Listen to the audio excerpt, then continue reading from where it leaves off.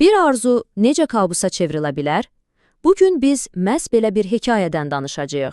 İslam dövlətinin o parlaq vədlərinə inanıb, ora gedən, amma sonra gördüklərindən dəhşətə gəlib, həyatını riskə ataraq qaçan bir adamın hekayəsindən.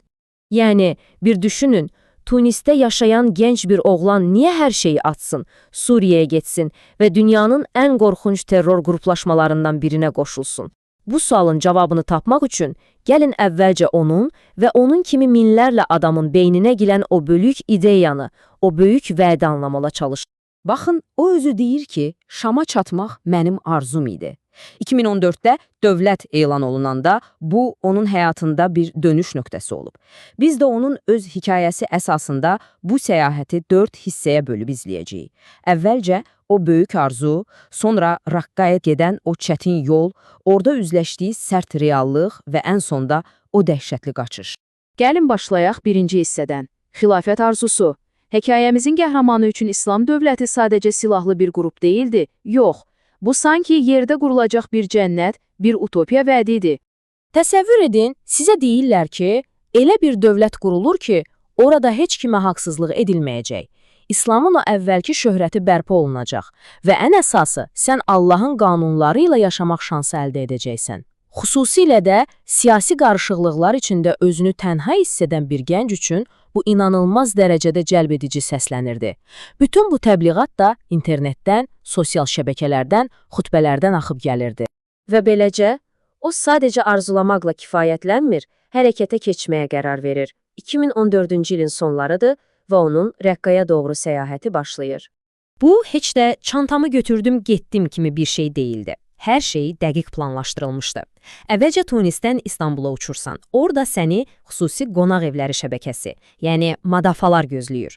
Sonra bir qaçaqmalçı tapılır və o səni gecənin bir aləmi tarlalardan, tikanlı məftillərdən keçirərək Suriyaya çatdırır. Yəni, bütün dünyadan gələn yeni üzvləri daşıyan, çox yaxşı qurulmuş, gizli bir sistem idi bu. Bu madafara dediyimiz yerlər, yəni qonaq evləri ilk filtr idi. Təsəvvür edin, Türkiyənin sərhəd şəhərlərində IŞİD tərəfdarlarının idarə etdiyi evlər. Ora çatan kimi pasportunu, bütün sənədlərini alırlar. Sən artıq köhnə kimliyini orada qoyursan və günlərlə, bəzən həftələrlə gözləyirsən ki, səni sərhəddən keçirsinlər. Və nəhayət o an gəlir. Özü də deyir ki, keçdik, xatırlayıram, tikanlı məftillər paltarlarımızı cırırdı. O andan sonra biz artıq İslam dövlətinin torpaqlarındaydıq. Gərgin qaranlıq bir gecənin sonunda o artıq Suriyada, Tel Abyad'daydı.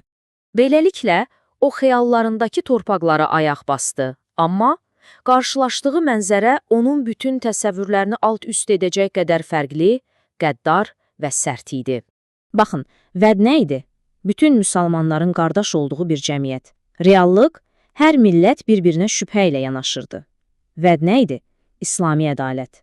Reallıq, ən kiçik səhvlərə görə küçənin ortasında verilən amansız özbaşına cəzalar. Saf bir dövlət vəd etmişdilər, amma qarşısına sərt, hər şeyi boğan bir bürokratiya çıxdı. Müqəddəs müharibə deyirdilər, amma hər yerdə paranoya, daxili çəkişmələr və hər kəsin bir-birindən casus olduğuna dair bir qorxu hökm sürürdü. Qısacası, o utopiya xəyalı çox tez bir zamanda distopik bir kabusa çevrildi. Və ən maraqlısı bilirsiniz nə idi? O, qarşısında sadəcə bir döyüşçü dəstəsi görmədi. Yox, əsl dövlət aparatı ilə qarşılaşdı. Divan adlanan nazirliklər var idi.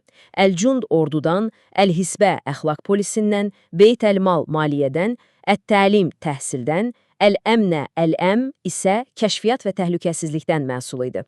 Yəni, həyatın hər bir sahəsinə nəzarət edən mürəkkəb bir bürokratik maşın qurulmuşdu. Reqqanın özü isə tam bir Babil gülləsi idi. Təsəvvür edin, küçələrdə Tunis, Misir, Fransız, İngilis, Alman, Rus, Çeçen dilləri bir-birinə qarışır. Amma bu, qardaşlıq yaratmırdı. Əksinə, hər kəs öz həmyerliləri ilə bir qrup olurdu və bu da millətlər arasında inamsızlığı, şübhəni daha da artırırdı. Və təbii ki, zorakılıq. Bu, həyatın adi bir parçasına çevrilmişdi. Məsələn, rivayətçi zina etməkdə ittiham olunan bir qadının şəhər meydanında necə daşqalaq edildiyinin canlı şahidi olduğunu bütün dəhşəti ilə təsvir edir. Bu cür səhnələr artıq gündəlik həyatın bir hissəsi idi. Bütün bu gördüklərindən sonra O, dərin bir məyusluq və dəhşət içində anlayır ki, həyatının ən böyük səhvini edib. Və ən qorxulusu da oydu ki, bu səhvi düzəltmək, yəni oradan çıxıb getmək, ora gəlməkdən qat-qat daha təhlükəli, daha çətin idi. Və 2015-ci ilin martında qərarını verir. Artıq tək bir məqsədi var: qaçmaq. Amma bu asan değildi. Çünki İslam dövləti üçün oranı tərk etməyə cəhd göstərən hər kəs xain sayılırdı və cəzası da birmənalı idi: ölüm. Qaçmaq üçün isə pul lazım idi. Qaçaqmalçıya vermək üçün. Pul tapmaq üçün nə etməli idi? Onu bir işi döyüşçüsü edən yeganə şeyi, yəni öz Kalaşnikov avtomatını gizlicə satmalıydı. Bax belə bir ironiya. Nəhayət, insanları oradan çıxaran bir qaçaqmalçı şəbəkəsi ilə əlaqə qurmağı bacarır. Bu, həddindən artıq riskli bir iş idi.